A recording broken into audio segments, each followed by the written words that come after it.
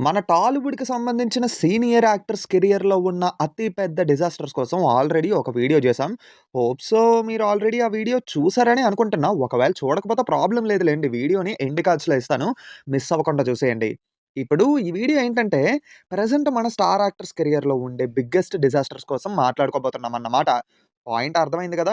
6 actors వాళ్ళ కెరియర్‌లో ఉన్న ఒక్కో బిగ్గెస్ట్ డిజాస్టర్ టోటల్‌గా 6 మూవీస్. సో, లేట్ చేయకుండా వీడియో స్టార్ట్ చేసేద్దాం. అంతకంటే ముందు ఒక చిన్న రిక్వెస్టు ఎప్పటిలాగే 5,000 లైక్స్ టార్గెట్ తెలుసు కదా! మీరు చేసే ప్రతి లైకు కొత్త వీడియోలు చేయడానికి మాకు కొంచెం ఉత్సాహాన్నిస్తుంది. అలాగే కొత్త వాళ్ళు ఇంకా ఛానెల్ సబ్స్క్రైబ్ చేసుకోకపోతే ఛానెల్ విజిట్ చేయండి. నచ్చితే సబ్స్క్రైబ్ చేసుకొని సపోర్ట్ చేయండి. అసలుకే 500,000 సబ్స్క్రైబర్స్‌కి కొంచెం దగ్గరలో ఉన్నామన్నమాట. బెల్ ఐకాన్ మర్చిపోతారేమో దాన్ని డింగుమని కొడితే ట్రింగుమని మీకు నోటిఫికేషన్‌లు వచ్చేద్ది కొత్త వీడియో పెట్టగానే. బాగా లాగ్ అయింది గదా! ఆలస్యం ఎందుకులే గాని వాయిస్ లెట్ మావా ఇంకా మొదలు పెడదామా? Audio Jungle. హాయ్, హలో, నమస్తే and welcome to news 3 people. Number 6 తుఫాన్. మీలో ఎంతమందికి ఈ వీడియో గుర్తుంది చెప్పండి? ఈ మూవీ పెద్ద డిజాస్టర్ అండి. దీన్ని తెలంగాణ వాదులు గాని, సమైక్యవాదులు గాని ఆపొద్దు. ఎందుకంటే మ్యాట్నీ కల్లా ఇదే ఆగిపోతది. ఎగ్జాక్ట్‌గా ఆంధ్ర అండ్ తెలంగాణ గొడవలు జరుగుతున్న టైంలో రిలీజ్ అయిందన్నమాట ఈ మూవీ. ఈ మూవీ ఆల్రెడీ అమితాబ్ గారు 1973లో తీసినటువంటి 'జంజీర్' మూవీకి రీమేక్. హిందీ అండ్ తెలుగు 2 లాంగ్వేజెస్‌లోని తీశారు. అండ్ తెలుగులోని 'తుఫాన్' అన్న టైటిల్‌తో రిలీజ్ చేశారు. నాకు తెలిసి 'రామ్ చరణ్' గారి కెరియర్‌లో వర్స్ట్ లుక్స్ ఏంటి అని అడిగితే కళ్ళు మూసుకొని ఈ మూవీ నేమే చెప్తాను మామ. ఇంకా ఈ మూవీలో హీరోయిన్ ప్రియాంక చోప్రా గారు. ఆవిడే 'రామ్ చరణ్' గారికి అక్కలా ఉంటారు. వీళ్ళిద్దరూ హీరో, హీరోయిన్‌లంటే యాక్సెప్ట్ చేయడానికి చాలా కష్టంగా అనిపించింది. ఇవన్నీ పక్కన పెడితే ఈ మూవీలోని నరేషన్ ఉంటది మామ. పిచ్చ బోరింగు. 'రామ్ చరణ్' గారి సినిమా ఫ్లాప్ అయినా సరే, ఒకసారి చూసేయొచ్చులే అని అనుకుంటాం. కానీ ఇది ఒక్కసారి చూడడం గూడా కష్టం అన్నట్టుగా ఉంటది ఈ మూవీ. అండ్ 'రామ్ చరణ్' గారైతే ఈ మూవీ తీసిన తర్వాత, ఈ మూవీ ఇచ్చిన రిజల్ట్‌కి బాలీవుడ్ వైపు కన్నెత్తి కూడా చూడలేదు. 'ఆర్ఆర్ఆర్' మూవీ రిలీజ్ అయినంత వరకు. మరి అంత బ్యాడ్ ఎక్స్‌పీరియన్స్ ఇచ్చింది ఈ మూవీ. నంబర్ 5 వరుడు. I still remember those days. ఈ మూవీలో హీరోయిన్ ఎవరో చెప్పకుండా హైడ్ చేశారు. న్యూస్ ఛానెల్స్‌లో అయితే కాంటెస్ట్‌లు కూడా క్రియేట్ చేశారు. 4 ఆప్షన్స్ ఇచ్చి హీరోయిన్ ఎవరై ఉంటారో గెస్ చేసి ఎస్ఎంఎస్ చేయండి అని చెప్పి చెప్పేవారన్నమాట. ఏ కరీనా కపూరో, ఐశ్వర్య రాయో ఇలాంటి వాళ్ళని తీసుకొచ్చారేమో అని చెప్పి హెవీ ఎక్స్‌పెక్టేషన్స్ పెట్టేసుకున్నారు ఆడియన్స్. తీరా చూస్తే ఒక ఫ్రెష్ ఫేస్‌ని తీసుకొచ్చి ఈవిడే హీరోయిన్ అని జెప్పారు. దెబ్బకి ఆవిడని చూడగానే ఈవిడ కోసం ఎందుకురా ఇంత హైప్ ఇచ్చారు అని చెప్పి జనానికి అనిపించింది. సరే అప్పటికే బాగా డిసప్పాయింట్ అయ్యారనుకోండి. అడ్జస్ట్ అయిపోయి మిగతా మూవీ చూద్దాం అనుకుంటే, గుణశేఖర్ గారేమో మరో ఒక్కడు ఇద్దాం అనుకున్నారు. కానీ సినిమా ఒక్కటంటే ఒక్క చోటలో కూడా ఎంగేజింగ్‌గా అనిపించదు మామ. ఎమోషన్స్ అయితే అస్సలు కనెక్ట్ అవ్వవు. ఆర్య గారు ఈ మూవీలో నెగెటివ్ రోల్ చేశారు. కొంచెం అంటే కొంచెం ఇంపాక్ట్ కూడా ఇవ్వదు ఆయన రోలు. మేకర్స్ క్రియేట్ చేసిన హైప్‌కి, చూపించిన సినిమాకి ఎక్కడ మ్యాచ్ కుదరదు. దీనికోసమా ఇంత హైప్ క్రియేట్ చేశారని చెప్పి సింపుల్‌గా తీసి పడేశారు. నంబర్ 4 బ్రహ్మోత్సవం. బ్రహ్మోత్సవం కలెక్షన్స్ తిరుమల ఒక్క సంవత్సరం కలెక్షన్స్ దాటాలని మనస్ఫూర్తిగా తిరుపతి హుండీ ఎప్పుడూ గ్యాప్ లేకుండా నిండుతూనే ఉంది గానీ, పాపం ఈ సినిమా తీయడం వల్ల ప్రొడ్యూసర్స్ పాకెట్లు మాత్రం అస్సలు నిండలేదు. ఈ మూవీ విషయంలో జరిగిన అతి పెద్ద తప్పేంటో తెలుసా? బౌండ్ స్క్రిప్ట్ లేకుండా షూటింగ్ స్టార్ట్ చేయటం. బేసికల్లీ ఈ మూవీ యొక్క కోర్ పాయింట్ చాలా మంచిది. 7 జనరేషన్స్ నుంచి ఉండే రిలేటివ్స్‌ని కలవటం, ఫ్యామిలీ రిలేషన్స్ అండ్ ఎమోషన్స్ మీద బేస్ అయ్యి ఉంటదన్నమాట. ఇలాంటి మూవీలో క్యారెక్టర్స్ అండ్ వాళ్ళ ఆర్క్, ఎమోషన్స్ ఇవి చాలా ఇంపార్టెంట్. కానీ ఇవేవి వర్క్ అవ్వవు మామ. టూ బోరింగ్‌గా ఉంటదన్నమాట నరేషను. టూ మెనీ క్యారెక్టర్స్ స్క్రీన్ మీద ఉండడం వల్ల ఏంటంటే, చూసేటప్పుడు చాలా హెవీగా అనిపిచ్చేదన్నమాట.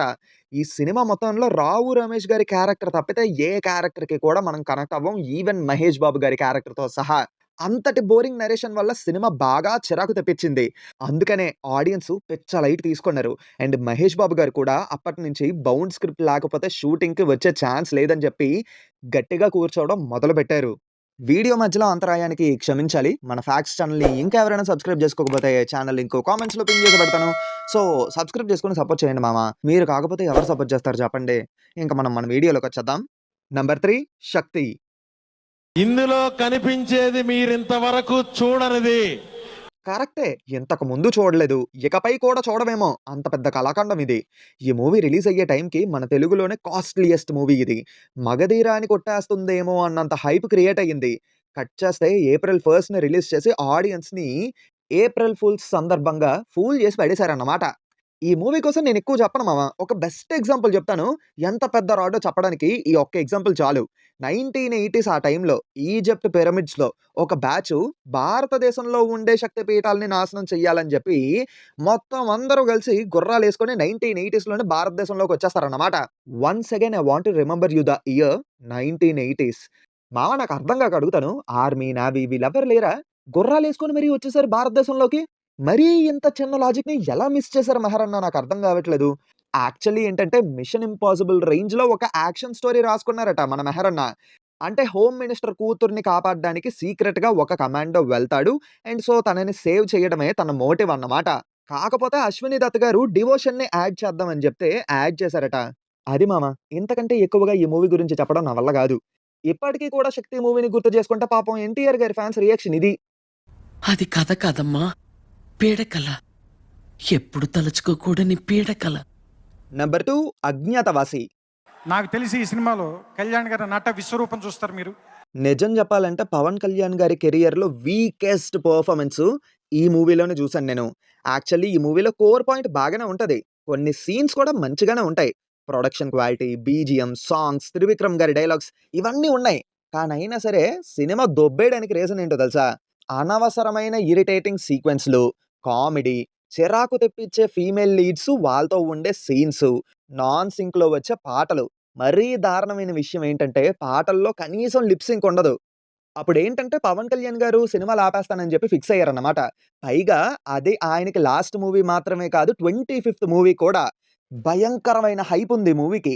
7 షోస్ వేశారు. Still it's a dream for every actor fan to experience such a grand release. అలాంటి రిలీజ్ జరిగింది.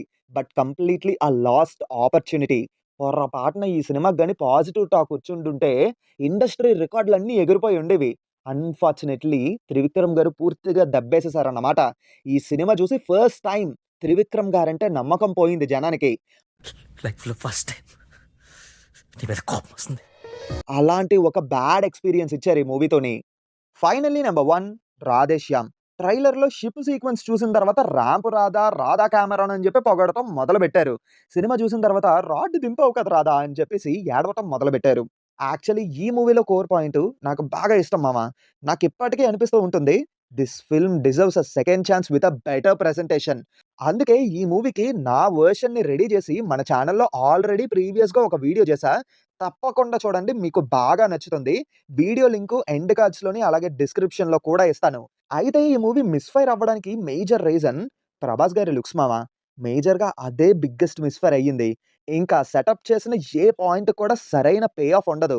ఇంకా క్లైమాక్స్‌లో షిప్ సీక్వెన్స్ అయితే మరీ ఇన్‌కంప్లీట్‌గా ఉంటది. కొన్ని చోట్ల వీఎఫ్ఎక్స్ అయితే చాలా బ్యాడ్ ఉంటది మామ. వాళ్ళు పెట్టిన బడ్జెట్‌కి, వీఎఫ్ఎక్స్‌కి ఎక్కడా మ్యాచ్ కుదరదు. అలా ఫైనల్లీ చాలా లాసెస్‌ని తీసుకొచ్చి అతి పెద్ద డిజాస్టర్‌గా అయితే మిగిలిపోయింది మూవీ. ఫైనల్లీ ఇక్కడితో ఈ లిస్ట్ సమాప్తం. ఈ మూవీలో మిమ్మల్ని బాగా డిసప్పాయింట్ చేసిన మూవీ ఏంటి? అలాగే ఫ్లాప్ అయినా సరే కొంతమందికి ఈ లిస్ట్‌లో ఉండే మూవీస్ నచ్చే అవకాశం గూడా ఉందని జెప్పి కొంతమంది మాట్లాడుకుంటున్నారు. మరేమో మీ ఒపీనియన్ ఏంటో కింద కామెంట్స్‌లో చెప్పండి. సరే అంత ఎందుకులే గానీ మీకు నచ్చిందా? ఎందుకు నచ్చింది? నచ్చలేదా? ఎందుకు నచ్చలేదు? ఈ పాయింట్స్‌ని క్లియర్‌గా కింద కామెంట్స్‌లో మెన్షన్ చేసేయండి. నేను చూస్తాను. ఏమంటారైతే? మళ్ళీ కొత్త వీడియోతో మీ ముందుకు వస్తాను. Until then take care and bye by.